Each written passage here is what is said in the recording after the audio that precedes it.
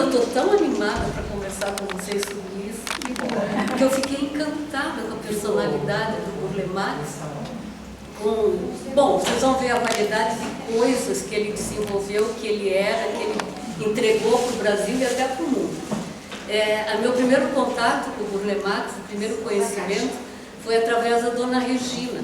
Para as nossas colegas novas, a Dona Regina é nossa mestra fundadora, e ela foi uma apaixonada pelo jardinismo, pela natureza, e ela, quando começou a se desvencilhar das incumbências domésticas dela, ela foi fazer um estágio, nada menos do que com Burle Marx no Rio de Janeiro. E lá ela aprendeu muito sobre plantas, sobre cultivo, sobre descobertas dele e sobre o estilo jardinístico que ele desenvolveu, a ponto de ela aplicar esse mesmo estilo em alguns jardins que ela executou aqui em Curitiba. Por exemplo, o jardim do Teatro Guaíra foi dela, foi ela que projetou, e era aquele estilo das plantas que vinham com um movimento, um canteiro passava para o outro lado do passeio, fazendo um movimento. Então, sobre isso ela nos contou também. Ali eu me interessei pela figura do Burle Marx. Depois a Marisa nos levou, tem uns 10, 8 anos? 2019. 19, nos levou para o Rio de Janeiro para conhecer o sítio Burle Marx. E aí, eu me apaixonei de vez, comprei livro, me interessei, mas fui prejudicada por uma certa vez porque o sítio ainda não estava no estágio que as meninas viram agora nessa viagem, com salas restauradas, pintura, uma requalificação do acervo dele, um acervo enorme, e investimento financeiro, inclusive dentro do sítio, porque o sítio se propôs para ser considerado patrimônio da Unesco, nada menos do que isso. Então, a existência dele. Ele próprio havia doado o sítio, ainda em vida, como patrimônio nacional, e assim ele faz parte do patrimônio regido, cuidado pelo IFAM. Então ele já tinha esse status, essa importância, e agora eu acho que já participa do patrimônio da Unesco. Por isso esse investimento, e a investir mais em catálogo, mais em livros informativos, o que é muito legal, porque o brasileiro consegue conhecer, se apoderar mais desse valor que é o Burle Marx. Mas, começando a conversa, antes eu devo dizer que eu faço a apresentação dele como pessoa, como profissional, como artista, e a Bel vai falar um pouco mais sobre o paisagismo, a obra dele, que é a que mais nos interessa. Olha a carinha dele, que coisa mais linda, um astral. Olha só, a data de nascimento, começo do século XX, e morreu em 94, nasceu em São Paulo, morreu no Rio de Janeiro. Quer dizer, ele é século XX pleno, um século que viveu duas guerras, a evolução no urbanismo, na arte plástica, na arte visual, no conceito, no mobiliário, na arquitetura. Hoje nós vivemos uma era de grande evolução tecnológica, naquela época era uma era de grande evolução humanística. E ele vivia nessa efervescência, é contemporâneo de Picasso, de Le Corbusier, do Niemeyer, do Lúcio Costa, do Tom Jobim, do Vinícius de Moraes. Portinari, ele foi aluno do Portinari. Então, veja que época maravilhosa e interessante que ele viveu.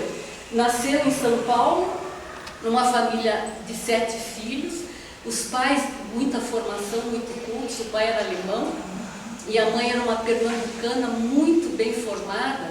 Ela ensinava música para o filho, ela levava aos filhos, levava a assistir óperas, recitais. Então esse berço dele já propiciou uma formação eclética, uma formação culta, muito enriquecida. E aí eles se mudaram mais tarde para São Paulo, mas esse primeiro momento no Rio de Janeiro foi marcante, porque ali onde eles viviam, onde hoje é nas cercanias do MASP, já era uma casa com terreno farto, com mata, com vegetação da floresta. Então ele já era desde pequenininho ambientado. A babá dele, uma babá polonesa que chamava Ana, ela o iniciou na terra, a semear, a cuidar, a plantar. a hortinha, a comida caseira que eles tinham, ele já começou desde muito jovenzinho a ser introduzido, então, nas artes e nas coisas da natureza. Então eu vou falar basicamente sobre alguns dados biográficos e tentar alguma curiosidade, alguma coisa interessante da vida dele. Em 1913 a família se muda para o Rio de Janeiro, eles vão morar ali nas cercanias do Leme, também uma casa grande com quintal que fazia fundos com morro, mais uma vez ele em pleno contato com a natureza. E daí de 1928 a 29 ele teve um problema sério de visão e a família foi com ele, o levou para a Alemanha, para Berlim. E lá eles viveram praticamente um ano. Ele teve muito contato com ateliês, com estúdio, com ambientes de muita cultura e principalmente ele teve uma experiência interessantíssima e marcante, que foi numa visita a um jardim botânico de Dahlem.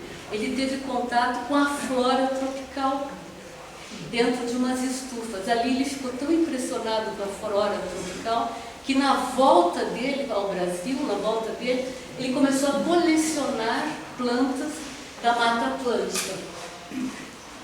Aqui, ó, em 1930, então, eles retornam ao Brasil e ele já mocinho foi estudar pintura na Escola Nacional de Belas Artes, dentre vários professores reconhecidos no cenário artístico. Ele estudou nada mais, nada menos que Cândido Portinari e também cursou arquitetura nessa mesma escola. Só que a arquitetura há uma certa divergência na biografia dele. Eu tinha entendido que ele era formado em arquitetura, mas um arquiteto, meu amigo, me corrigiu, disse que ele cursou arquitetura, mas não chegou a se graduar. Ele foi considerado arquiteto benemérito e por talento e por reconhecimento pelo trabalho dele, porque na verdade quem projeta um jardim, quem faz uma intervenção de pavimento, de calçada, de equipamentos, na verdade faz um trabalho que é da seara arquitetônica. Então ele foi reconhecido assim. Como? Volte lá. Eu pulei? Acho que se encostou. Só pular. Isso. Bom, 1933, vocês vejam que é um período assim já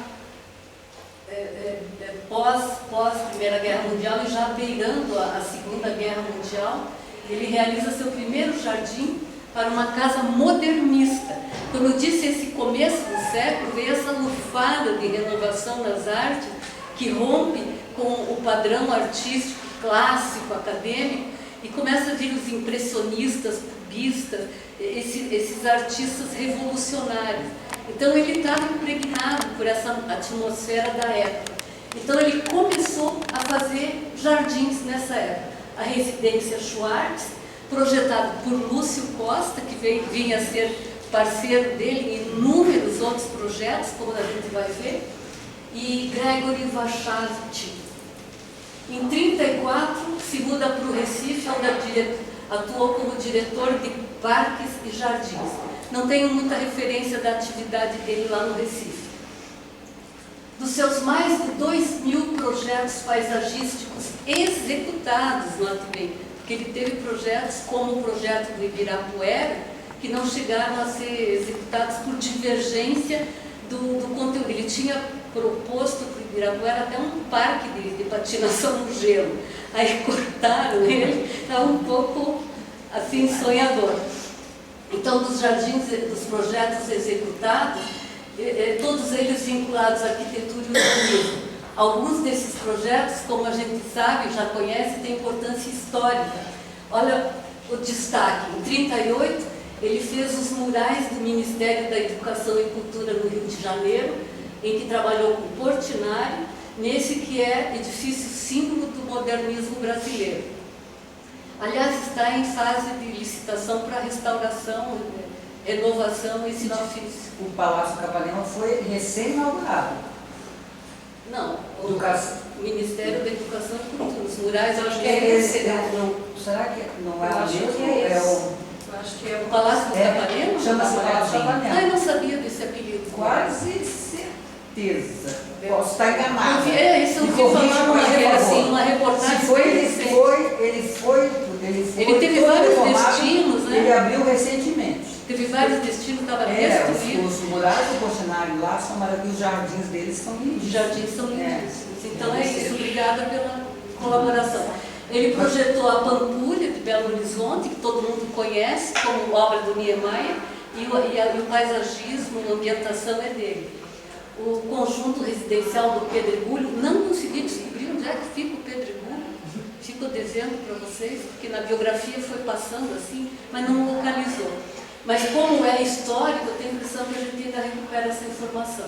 Cidade universitária, essa sim do Rio de Janeiro, o Museu de Arte Moderna no Rio de Janeiro, o Aterro do Flamengo, que todo mundo conhece, até foi um destaque mundial, foi um aterro mesmo. E aqui tem um filme chamado Flores Raras, e ele mostra bem como é que foi a criação A daquilo. criação deve ser interessante. Vale muito a pena. Tem aquela casa maravilhosa do Oscar Niemeyer, também com os jardins dele, que é lá perto do Rio, lá pertinho, que parece bastante, filmado também naquela casa. Vale a pena ver esse filme. Com a Glória Pires. Com a Glória Pires. Bem interessante o filme. Depois um dos projetos que também mais conhecidos e que se destaca é o Eixo Monumental de Brasília e o Palácio Itamaraty também em Brasília. Então, em plena efervescência das modificações da década de 50, com o Niemeyer e com o Lúcio Costa, trabalhando naquilo que era a arte brasileira do modernismo, na arquitetura, urbanismo e paisagismo. E aí, aquilo que a gente também conhece, tem um maior orgulho, que são as calçadas para a praia de Copacabana, no Rio de Janeiro, aquele ondulado que ele fez as calçadas, e também nas partes mais internas, porque a calçada tem a via beira-mar, depois tem circulação, depois tem outros calçamentos. Esses pavimentos têm desenhos maravilhosos dele, que são melhor apreciados de cima, dos prédios. Então, é a primeira vez que a gente ouve uma referência assim, a projetar para os prédios também, não só para os transeuntes. Tem uma foto na sequência. Nós teremos umas fotos na sequência. Olha ali. Dentre os vários projetos fora do Brasil, destaca-se o Parque de Este, em Caracas, na Venezuela, e a sede da Unesco, nada mais, nada menos, em Paris. Em muitos desses projetos trabalhou com Lúcio Costa e Oscar Niemeyer. Participações. Em 1950-70 participou de Bienais de Veneza, depois de Bienais de São Paulo, exposição coletiva no Salão Nacional de Belas Artes, Museu de Arte de São Paulo, exposição individual no Palace Hotel no Rio, Galeria Itapeninga, museu. Isso tudo, essa relação, é a atividade dele como pintor. Aí, foi como pintor. Eu acho que eu pulei. Não, acho que vem na sequência. depois. Então, essas atividades dele são principalmente nas artes visuais, na pintura. Aqui, ocorreram retrospectivas e mostras ontológicas do Paço Imperial do Rio de Janeiro, Museu de Arte Moderna de São Paulo e Museu Oscar Niemeyer. Nós tivemos uma das mais bonitas e completas mostras alusivas a todo o período de arte dele, aqui por ocasião, no nosso MON, por ocasião do centenário do nascimento dele. Inclusive foi editado um catálogo maravilhoso que a Neivinha me emprestou. Está muito bonito, muito bem elaborado, com toda a coleção pictórica dele, do acervo da própria Associação Burle-Marx e de particulares. Bom, aqui alguma noção sobre a figura, sobre a persona propriamente dita. Como eu disse, era um artista de vanguarda, de múltiplos talentos. Ele atuou na arquitetura e urbanística. Maria Tereza, agora pule para o slide. Vou e volto? Sim. Aí, ó. Aqui, olha ali aquela calçada, que coisa mais linda. Isso aqui, ó. Isso aqui, às vezes, a gente caminhando não se dá conta do conjunto Mas as pessoas que estão nos prédios têm esse verdadeiro presente. E aqui na faixa da areia, que são aquelas calçadas que a gente conhece tanto, que são as onduladas. Né? Arvolta. Arvolta. Você está dando spoiler? A Bel que me ajudou a ir compondo as coisas, que eu não piloto isso aqui muito bem. Para trás. Olha aqui. Para trás? Ah, tá. Ele também pintou, desenhou, foi gravurista, escultor, professor, ilustrador, designer de joias, cristais e tecido. Ele fazia desenho em tecido, projetou e confeccionou cenários. Agora eu mostro, né? Tá. Quadro 10 das joias. Ó, esse cenário foi elaborado por ele como um projeto de decoração do Copacabana Palace para um dos carnavais. Tá vendo? Ele era até carnavalesco. Olha lá, ele projetou, ele desenhou cenários, figurinos para teatro e dança, painéis de cerâmica, de azulejo, vitrais e murais. Ele também projetou tapeçarias, algumas enormes, como a do Palácio do Itamaraty, em Brasília, e para o Paço Municipal de Santo André. Olha aqui o projeto de joias dele. E eu pensava que ele tinha feito uma meia dúzia de joinhas. Que nada. Ele fez coleções, verdadeiras coleções, que apareciam naquelas revistas de moda, desfilavam modelos com as joias dele. Ele tinha uma relação estreita de amizade com H. Stern, que a gente conhece hoje, que é o fundador da marca Stern de joia. E ambos faziam excursões juntas para o interior do Brasil, para a região de mina, de mineração, para comprar joias, para comprar gemas brasileiras, que era a paixão dele, como era do H. Stern, trabalhar com gemas brasileiras. Então, olha ali como ele saiu do convencional no desenho da joia. Eu particularmente gosto muito dessa, que é delicada, mas você veja, ela não é simétrica. Ele tinha essa característica, os desenhos dele não eram iguais, assim, não eram face a face. Ele começava o desenho e terminava de outro jeito, ó, esse outro colar aqui em cima. E de uma certa forma ele fazia joias que hoje estariam super na moda, que são peças mais robustas, né? Com uma textura, né? Aquele ouro brilhante, polido, com textura. Eu acho muito interessante a produção dele em joia. Aqui, na casa de Guaratiba, que a gente chama Casa de Guaratiba, mas o nome original era Santo Antônio da Bica, que era uma fazenda antiquíssima do século XVII, inclusive, e ele comprou, adquiriu essa área, uma área grande, restaurou a capela que tinha lá e mandou restaurar, inclusive, ele não fez por conta própria, ele botou um profissional para ser fiel à arquitetura de época. E então nessa casa de Guaratiba, inicialmente uma casinha modesta, depois ele foi ampliando. Nessa casa é um exemplo da cultura eclética dele, onde ele se dedicava a atividades como colecionar a arte sacra barroca, que ele ia buscar lá em Minas Gerais, na Bahia, por onde ele andava. Olha que exemplo interessante da arte popular. Olha aqui, ó, esse lustre foi feito por ele com bundinhas de anjo. Ó. Tudo isso ele colecionava. E essa peça aqui também ela dá um modelo de pedra, essa cantaria que ele trazia dos edifícios históricos do Rio, quando eles demoliam para fazer obras públicas, ele trazia essas pedras. Olha esse adorno aqui. Isso tudo vinha de prédios antiquíssimos do Rio, que ele recuperava para que não fosse jogado fora.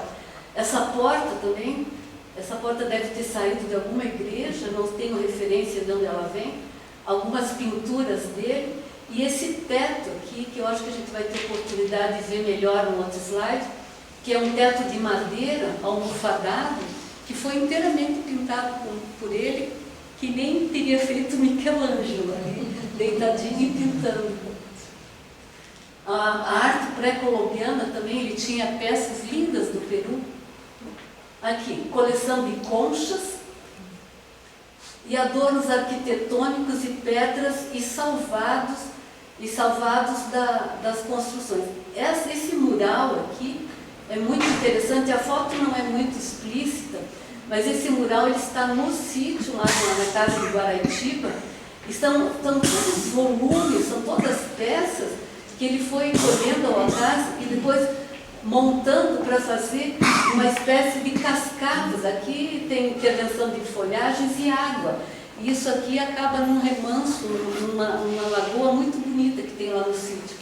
Essas peças aqui também são de demolição, só que essas aqui, elas representam cristais, elas estão na sede das Forças Armadas em Brasília. Uma característica deles, dessa intervenção paisagística de Brasília, sempre foi usar muito espelho d'água, para que a composição deles se beneficiasse também do reflexo do sol, do céu, da lua, das estrelas, que isso dá uma amplificação do projeto bem interessante. Aqui, uma escultura dele, essa assim é bem do tipo dele, é uma escultura que você não consegue definir uma forma, não é uma forma humana, apesar de ser tão vertical, e ela é assim mesmo, essa arte abstrata que ele praticava.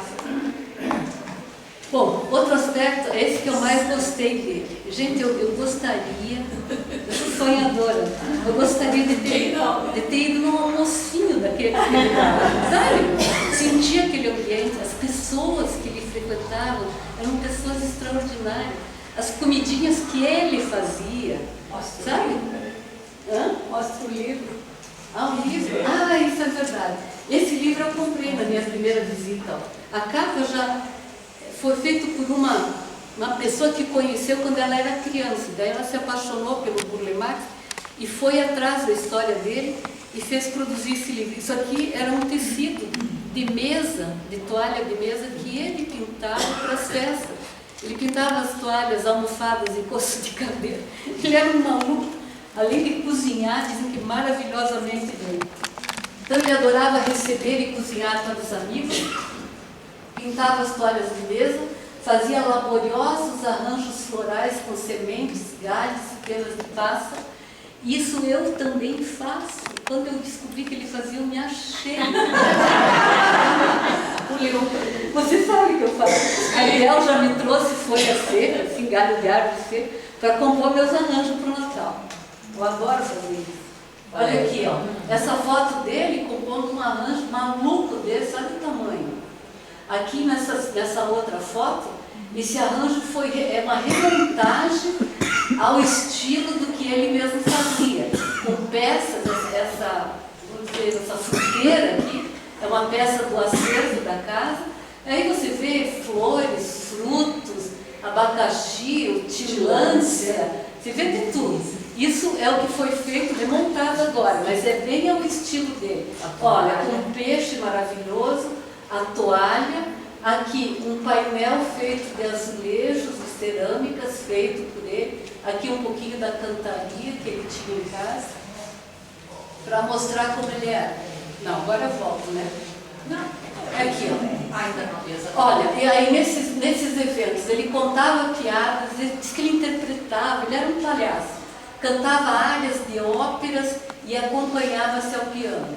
Ele recebeu personalidades, isso eu vi nas fotografias desses manuais, personalidades como Le Corbusier. A gente conhece a história de Corbusier na França, ele foi o precursor do modernismo na arquitetura e no mobiliário. Hoje mesmo a gente tem mobílias, cadeiras do Corbusier, que são ícones do mobiliário residencial, são famosos, repetidos, republicados até hoje. Ele recebeu Walter Gropius, obrigada, Tom Jobim, Vinícius de Moraes, Pablo Neruda, Mário Soares, foi presidente de Portugal, primeiro-ministro, Margarete Mee, vocês lembram de Margarete Mee? A Helena, a filha da Helena Thaís, fez uma palestra para nós, uma palestra sobre ilustração botânica, você lembra disso? E a Thaís nos apresentou a Margaret Mead, que foi uma grande ilustradora botânica, reconhecida no mundo. Agora imagina a conversa do Roberto Bulemar com a Margaret, os dois conversando sobre botânica, sobre desenho, ilustração, os detalhes, Sabe características. que a Margaret Mead expôs as obras dela na cultura inglesa, ali no Juvevê, mas assim, acho que nos anos 90, sabe? No Museu Botânico nosso? Na cultura inglesa. Não, no Museu Botânico Não, nosso é? fez uma... Sabe aquele acesso como é que chama? Aquela quatro estações, a Galeria das Quatro Estações. Ali eu vi uma mostra belíssima da Margaret Mead, com música, quatro estações, tudo muito. Eu não sei se está lá ainda, mas vale a pena visitar. Então, nos catálogos tem até a fotinho dele conversando com a Margaret Mead e tantas outras personalidades interessantíssimas que passaram por aí. Quem teve a aventura de conhecê-lo refere uma pessoa bem-humorada, exuberante, curiosa, um homem de espírito grandioso. Ele era um renascentista, na opinião dessa pessoa, um artista moderno com consciência histórica. Quando eu li essa descrição da personalidade dele, eu pensei, gente, eu estava o tempo todo lendo as coisas que ele fazia, os talentos que ele tinha, e lembrando de Michelangelo, que guardadas as proporções e as distâncias históricas, Michelangelo era um louco, assim como ele, que pintava, bordava, construía, projetava, estudava fenômenos físicos e abria, dissecava o corpo humano, sabe? Uma pessoa irrequieta, curiosa, um talento assim único, né? Nasce de vez em quando. Então me ocorreu essa equiparação, que eu acho que ele ainda não é suficientemente reconhecido, né? Como pintor, ele teve uma atuação profícua e muito valorizada. O estilo dele inicialmente flertou com o figurativo, que era a pintura clássica acadêmica. Deixa eu ver se eu localizo aqui no site. Olha, bem clássico, bem acadêmico, essa natureza morta, com cores viáveis possíveis, um peixe, tem cara de peixe, cor de peixe, tudo. E depois ele passou por um estilo mais cubista, mais... ele era um grande admirador de Picasso. Você veja que isso é uma obra moderníssima, uma figura humana, com uma lata d'água na cabeça, que é uma figura do morro carioca, né? Uma figura local, e as cabeças de boi. Essa figura aqui, eu fotografei, mas eu não consegui dominar ela, deveria aparecer na horizontal. Esse é um projeto, você vê aqui reproduzido aquele estilo da calçada, mas é um projeto para o topo do prédio Terreiro de Jesus na Bahia, para mostrar a versatilidade artística dele. Esse projeto aqui é bem abstrato, que foi o estilo no qual ele realmente se firmou e o estilo no qual ele teve assim, um reconhecimento de valor artístico superior. A maioria das obras dele refletem esse estilo e foram valorizadas por esse estilo. Então você veja, ele não tem simetria nenhuma no desenho dele, ele usa as cores com a maior liberdade, ele põe cor feia, tudo bem, né? Aquele verdinho aguado ali, para mim é cor feia, mas ele pôs e ficou bom. Esse quadro... Sabe o que parece? Ele sobrepôs os projetos do juntou em cima do outro, né? A bagunça. Olha aqui que colorido. Esse aqui é o meu preferido, porque ele tem uma sugestão de figura humana, mas ele usa a cor com muita liberdade e eu acho que ele consegue assim uma sensação meio mística aqui, o azul. Eu acho que ele tem uma aurazinha de mistério, né, de profundidade. Olha aqui ele de novo com aquela desenharada louca dele. Isso aí podia ser um projeto de jardim, ó. Tem caminho, tem pavimento, tem canteiro, tem olho d'água ali, tem uns aqui, ó. Isso aqui podia ser uns espelhos d'água, ó. Então, tem até uma... Agora eu volto. Tem até uma referência que diz que ele Ele pintava como desenhava e desenhava como projetava e projetava como pintava. Essa é uma referência que eu ouvi na descrição da obra dele.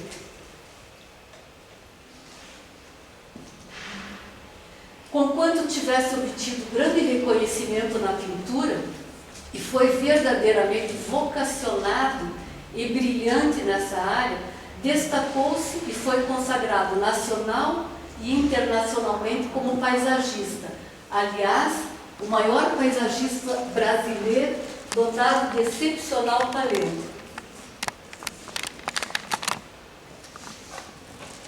Em sua vida dedicada à valorização da natureza, fascinado pela flora tropical, como botânico autodidata, ele descobriu e catalogou 46 plantas da nossa flora, das quais 26 levam seu nome.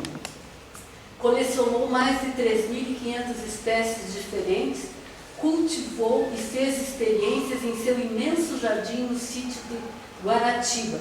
Aliás, esse jardim era chamado de laboratório, porque ele realmente cruzava espécies, ele hibridava, ele polinizava, então era verdadeiramente um laboratório botânico. Essa propriedade em que, autêntico ecologista que ele era, propiciou a recuperação da área de Mata Atlântica, onde fora uma fazenda de bananas. Então, originalmente, essa área era uma fazenda de bananas. Ele radicou as bananeiras e deixou e propiciou o retorno da floresta, da mata nativa. Por isso, um ecologista também. Para nós, sejartianos, certamente o talento mais apreciado de Burle Marx foi o que direcionou para a natureza como paisagista, jardinista, botânico e ecologista. Como paisagista foi brilhante e inovador e, de fato, criou uma escola de paisagismo que foi reconhecida mundialmente. Esse é o meu tema. Eu quero aproveitar para agradecer a Nete, nossa querida colega generosa, prestimosa, que me emprestou livro, a Nevinha, a colaboração que me ajudou enormemente da Bel, que eu não teria conseguido botar isso num tema viável. E para encerrar a minha participação, eu queria ler um trechinho de um pensamento dele no livro da Nete. Eu achei tão expressivo, me tocou essa reflexão que ele fez. Vamos ver se é o mesmo que eu... Eu acho que esse aqui é curtinho. Olha aqui, porque ele fala da cultura, a cultura que ele tinha, né? Necessitamos de uma cultura geral, mas eu penso que, para obtê-lo, necessitaríamos toda uma vida, pois há tanta coisa a conhecer. Todo dia eu sinto falta daquilo que não sei. É lindo isso aqui, né? Legal. Mas uma coisa que me induz a ver é a minha curiosidade. Quero ver sempre o que está em torno da minha pessoa e é essa uma das razões que me faz viver. O propósito de vida dele. Achei muito lindo mesmo. Meninas, muito obrigada pela participação.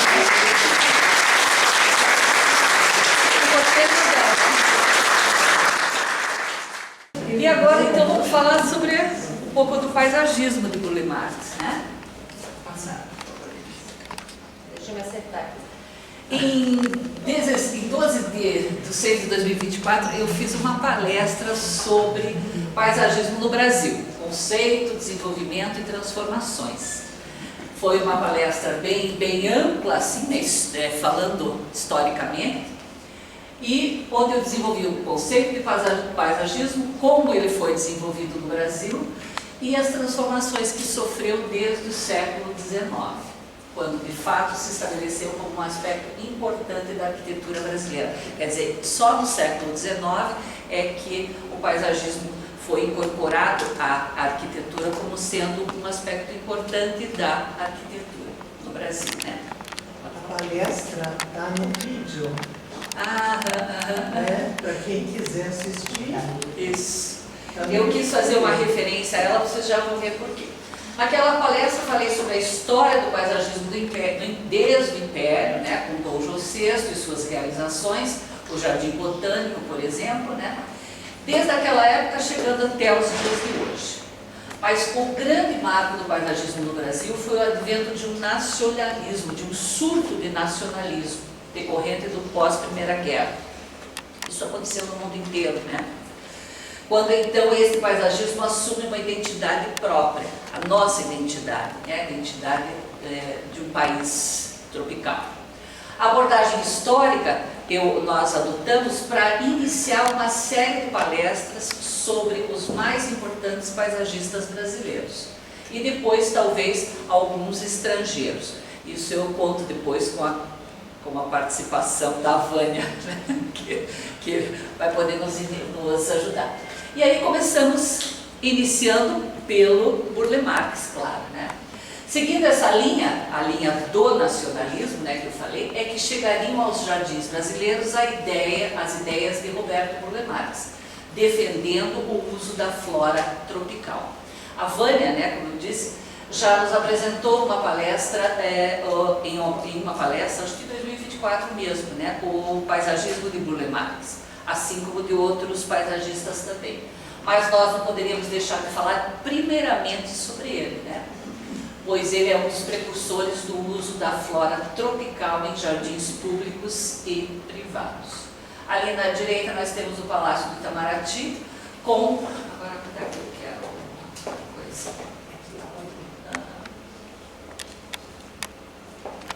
Com papiros, né? Aqui uma outra vegetação, o espelho d'água, como a Maria Teresa falou, algumas aquáticas aqui, né?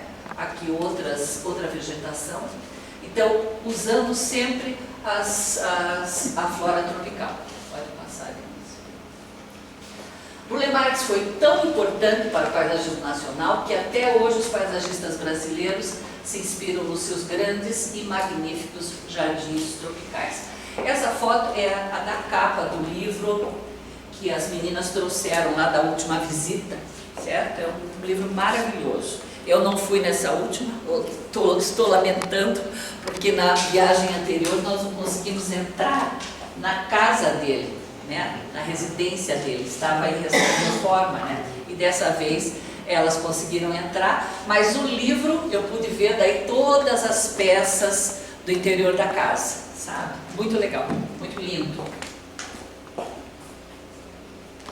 Seu estilo paisagístico, seu estilo paisagístico, seu estilo paisagístico foi descrito como tendo utilizado intrincadas linhas retas e curvas, sobreposições de níveis, harmonias de cores associadas aos vários planos e elevações, o que revela a sua base na arquitetura. Tudo isso realizado com a flora tropical.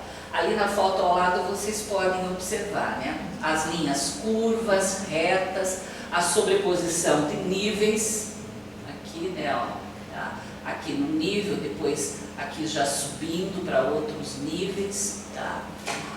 Harmonia de cores, então cores aqui mais avermelhadas, né? Aqui mais o verde mais escuro, e também as árvores nativas, né, provavelmente ali do local, que fazem parte do conjunto paisagístico, né? Aqui eu tenho um exemplo de superposição de planos. A foto não está muito boa. Vamos ver de um jeito.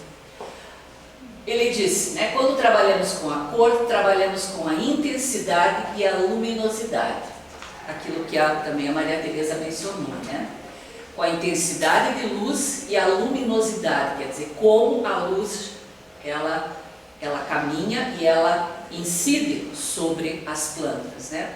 Então, à esquerda embaixo, o jardim dessa Odete Monteiro em Correias, assim, em Petrópolis. Observem as cores, né? O uso das cores com provavelmente ipês, não sei se ipês, aqui o rosa, né? Aqui vermelhos nas plantas, né? Aqui também as rasteiras aqui verde mais escuro, outra grama provavelmente em verde mais claro, enfim, um conjunto de cores bem harmonioso. E as linhas curvas, né, a sua característica. E acima, aqui, ó, à direita, no sítio, né, ali a casa, e aqui a parte de baixo. Também observe os planos, né, a sobreposição de planos. Os jardins têm um plano que você pode ficar, que você pode andar, né, e depois um plano mais elevado em que ele planta, e que possivelmente ali na foto anterior nós vamos ver que também pode andar. Vamos dar uma olhada lá se eu chego lá. Olha aqui, ó. A foto está ruim porque é uma foto de 2 páginas, né, do livro, mas se vocês observarem aqui, ó, aqui tem uma calçadinha, certo? Que anda por dentro. Depois aqui tem um outro plano, também um outro caminho que pode ser andado, né, percorrido. Aqui, olha, já um outro plano, aproveitando as pedras, provavelmente do local, né, as rochas, olhem lá. Então o jardim é todo em planos, obedecendo essa característica dele, da sobreposição de planos. Deixa eu voltar lá para ver qual que era o outro, para ver se eu não...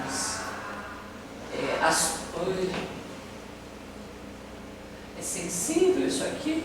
Bem sensível. As linhas retas e curvas que vimos ali, né, a sobreposição de níveis, a harmonia de cores que nós vimos, associadas aos vários planos e elevações. Aí eu acho que nós esgotamos aí algumas... O que não passa agora?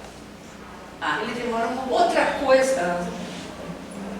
daí ele vai muito, se você continuar Tem que aprender a lidar com ele. Outra coisa que marcou muito o paisagismo do Burle Marx foi o uso das texturas. Ele exerceu também muita influência no paisagismo mundial, utilizando texturas diferentes nas plantas, né? Plantas de texturas diferentes nos seus projetos. Esse livro aqui, ó, mostra muito bem essa característica do seu paisagismo. Paisagistas que criaram escola, aliás, tá? No que se refere às texturas. Essa foto eu acho que representa bem, ele usa ali, ó, nas texturas, usando elementos tanto pesados, como a pedra, né, maciça, claro, né, e ali também sobreposta, né, formando um maciço sólido, bem pesado, bem duro, quanto texturas leves, né? As aquáticas, né, a água que dá leveza e que equilibra os projetos. Tá? Essa parte da textura, ele está mencionado nesse livro aqui, ó. Justamente é a mesma foto, a foto que eu peguei daqui. E ele tem um capítulo só dele. Olha aqui, ó. Olha que honra. Um capítulo só dele para justamente mostrar a sua importância. E esse capítulo, olha aqui o Palácio do Itamaraty, uma outra foto, as calçadas em Copacabana, para justamente mostrar a importância dele, junto com outros paisagistas, certo? Que são aqui os que fizeram escola, né, de paisagismo, na história do paisagismo mundial. Bem interessante também, esse é Ana Maria Tereza. Se vocês quiserem depois dar uma olhada nos livros, eles estão à disposição. Nada como um livro, né? A gente pesquisa na internet, mas não tem como um livro, porque você folheia, você fotografa o livro. Nós fazemos sempre referência, né, a todos eles que a gente usa no final. E agora, quando a gente está pesquisando na internet, tem lá, né, texto e depois escritinho ali ao lado, não sei se vocês já perceberam, no Google principalmente, né? Texto produzido por inteligência artificial. Pode conter alguns erros. Então, né, nada como um livro. O livro nos dá essa segurança. Tá? tirando partido da exuberância da nossa flora, compôs cores, texturas e volumes, fazendo imperceptível o limite entre o paisagismo criado pelo homem e o criado pela natureza. Eu acho que essas expressões que eu coloquei ali em negrito e sublinhei resumem perfeitamente o paisagismo dele, certo? Ele procura disfarçar o máximo, quer dizer, deixar imperceptível, que não se perceba a divisão ou o limite entre o paisagismo criado pelo homem, quer dizer, o paisagismo que a gente faz, né? E o criado pela natureza. Olha que coisa mais linda isso aqui, né? Tá? Com aqueles roxos, eu não me lembro como é que é o nome dessa planta. Ingá preto. É da NET. Isso, exatamente. Aqui um nenúfar, né? Certo? Olhem só que maravilha. Uma árvore florida e palmeiras, né? As palmeiras brasileiras. E, desculpe, não é ingá, é inhame. Inhame preto. É a planta da neve, aquele coração assim, né? Isso. Bem na beira d'água, olha, pelo jeito ele gosta muito de água. Né? Então, olha ali, ó, essa aqui eu acho que é a síntese do paisagismo dele, certo? Deixar imperceptível o limite entre o paisagismo criado pelo homem, ou construído, feito pelo homem, e o criado pela natureza. Tá? Algumas palavras dele, que eu colhi também nos livros, né? Olhem lá, ó. Com o tempo comecei a imaginar a beleza natural organizada, quer dizer, a beleza da natureza, mas com uma certa organização. Queria uma coisa que tivesse ritmo, cor, surpresas e emoção estética. O jardim é isso, tende a deixar a pessoa mais leve. Compreender o funcionamento de um jardim é primordial. Onde você quer a árvore para sentar embaixo? Onde você quer corar a roupa? Onde você vai colocar o varal, a horta, no seu quintal, né? E umas outras duas assim, de maior profundidade. Eu fui colhendo uma em cada livro, assim, né? A vida é a gente saber observar, absorver, e possivelmente uma coisa que talvez tenha me ajudado muito é que eu nunca perdi a curiosidade pelas coisas. Aquilo que você também. Todo dia eu sinto falta daquilo que não sei, mas uma coisa me induz a ver, é minha curiosidade. Quero ver sempre o que está em torno da minha pessoa, e é essa uma das razões que me faz viver. Bem a frase que a Maria Teresa leu, né? Tá? Nós não sabíamos uma da outra nessa parte da apresentação. Essa foi a bibliografia que nós utilizamos, tá? Esses 4 livros e mais a Wikipédia e o Facebook, tá bom? Muito obrigada, então, era isso.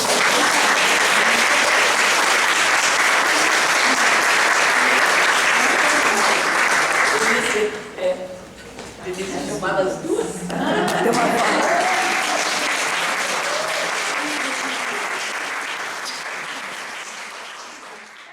Dá tempo dela falar ou não, mas viu?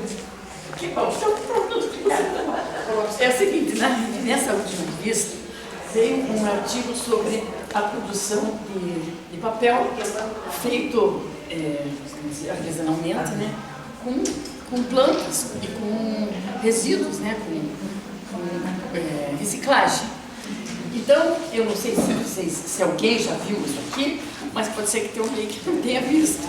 Então, eu trouxe o convite da minha neta, que casou agora dia 13 de setembro, lá da Panaceia, que ela fez o convite feito com folha de bananeira. Olha só, Folha de bananeira. E foi nesse sistema aqui, que tem aqui na revista.